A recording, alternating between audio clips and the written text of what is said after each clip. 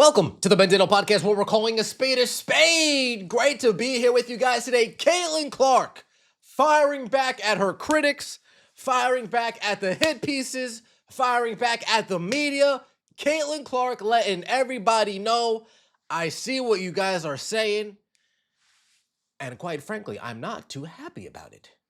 You guys are making a lot of accusations on my character. You guys are putting a lot of allegations on my jacket.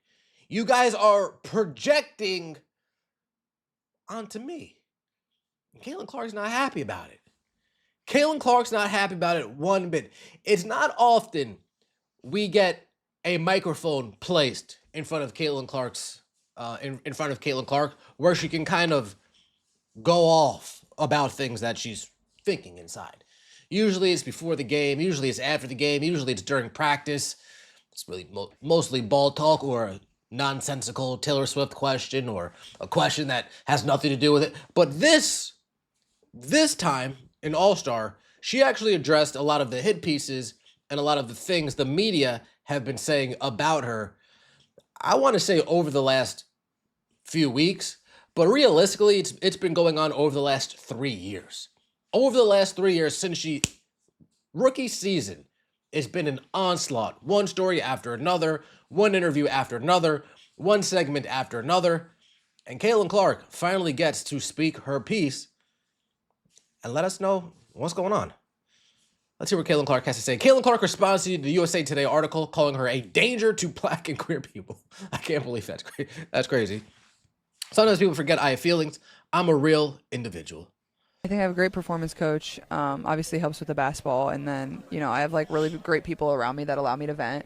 And I think that sometimes like people forget like I have feelings. Like I'm a real individual. Like I feel things and I have emotions and I get emotional and I get frustrated and I get sad and I get upset. I get happy. I get joyful, and like I feel and experience all that stuff. But at the same time, like I have really thick skin. And I think also I always try to remind myself is like, social media is not always reality, and that is really lost on people. And I think we get so down a rabbit hole all the time that you read all these things and you're like, oh, that has to be true, or that has to be what people really think of me, or that has to be what the young girl thinks of me that's showing up. Like that's not true. Like the young girls and the young boys, they absolutely love the way you play. They love the way you carry yourself. And sure, there's going to be people that don't always agree with your playing style or how you carry yourself, and that's okay. That might mean you're doing something right too. Not everybody needs to love you, but just continue to carry yourself in the correct manner. But, there's certainly days that are hard. I would never lie about that. Not everything is amazing and sunny all the time, but I always try to remind myself, like, I'm so lucky and fortunate I get to play a game for a living. So I don't have too much to complain about, and I certainly haven't lost the love and joy that I have for basketball. So, and I always try to remind myself, like, I'm here to win a championship, and I haven't done that yet, so let's do that. Yeah, Caitlin, absolutely. You have the youth eating at the palm of your hand. You have the young girls and young boys eating out of the young girls and young boys. Like you have the youth eating out of the palm of your hand. It's not the youngsters that have a problem with you. That's the thing. It's not any of the youngsters that have a problem with you. It's not any of the youth. It's probably not any of like the teenagers.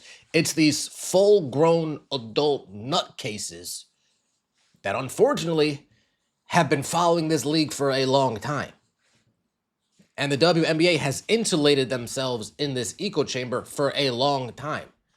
That once Caitlin Clark comes in, knocks down the door, breaks the status quo, and once those people see her break the status quo, and then they see all of her fans come in, and a lot of her fans are breaking the status quo, and a lot of the fans are actually real sports fans, not WNBA activist fans, now they're all scared. They have fear. They're defensive. And what do when they're feared? When they have fear, when they're defensive? Well, now they attack. Now they lash out. And they're lashing out to you. They're lashing out to your fans. They're making accusations about you. They're making accusations about your fans. It has nothing to do. The young kids got nothing to do with the conversation around you. It's the people on Threads. The people on Blue Sky. It's the old guard WNBA media. It's unfortunate, but it's the truth. What else you got for us, Caitlin? I get people have a job to do, but at the same time, don't make accusations about my character and who I am when you don't know me. Damn. Clark fires. Hits! 45 the most she's ever scored in a game. At its best, what the league has to offer is yourself and Paige Beckers and A'ja Wilson. The list goes on and on. Yeah. And yet so much of the discourse feels completely and totally unrelated to that. Do you feel that? Yeah, absolutely. And I think a lot of it is like, it's not always based in reality. I feel like media and journalism have a responsibility to tell the stories, and a lot of times, like, you guys are the ones controlling the narratives about what people read. And damn, you guys. Shanae. Oh, okay. What people talk about, and a lot of that is sometimes so far out of touch with what is reality, and that can be confusing to somebody that's 24 and trying to navigate life and trying to help her team win a championship. Case in point, an incident like Alyssa Thomas, the foul. A foul happens on the court. Yeah. You move on. She moves on. Yeah. And that should be the end of it. 100%. So Well, a foul didn't happen on the court. It wasn't called as a foul. top down, what needs to be done so that that is? It seems like there's always a moment like that in every season that I've played so far. And I think for myself, like, I just try to navigate it the best I can. It gets exhausting. It gets frustrating because I think especially like that's a perfect example of like, yeah, it was a hard foul. And it should have been dealt with in the moment, and they should have decided what it was then and reviewed it. Great. We move on. You see it happen in the NBA all the time. It's not anything more than that. It's basketball. When I walk out of the locker room, I shouldn't be not fearful of what the conversation is going to be, but, you know, you just like, it's emotionally exhausting, it's draining, it makes your shoulders tense because, you know, people don't want to talk about the basketball. They just want to stir it up and make it something else. Oh, we want to talk about your basketball. We want to talk about your basketball. That's why you're the star. That's why you're the superstar.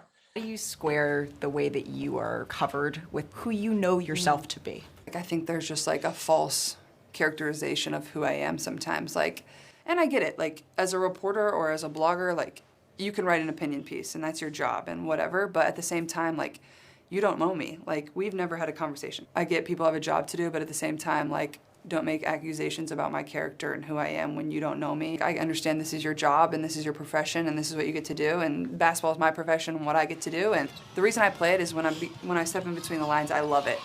And that's what's so fun about it for me is, like, I get to compete. This was always my dream. And nobody should ever try to take that away from me, like the love and the joy that I have for the game, and they haven't and they won't, because it's my goal to win, like win championships, and I know that I can help this team do that, and that's always what I remind myself in the moments that, you know, things go downhill. It just makes you work harder. Let me know your thoughts in the comment section below. Like the video, subscribe to the channel. That means so much to me. See you next time, and as always, take it easy.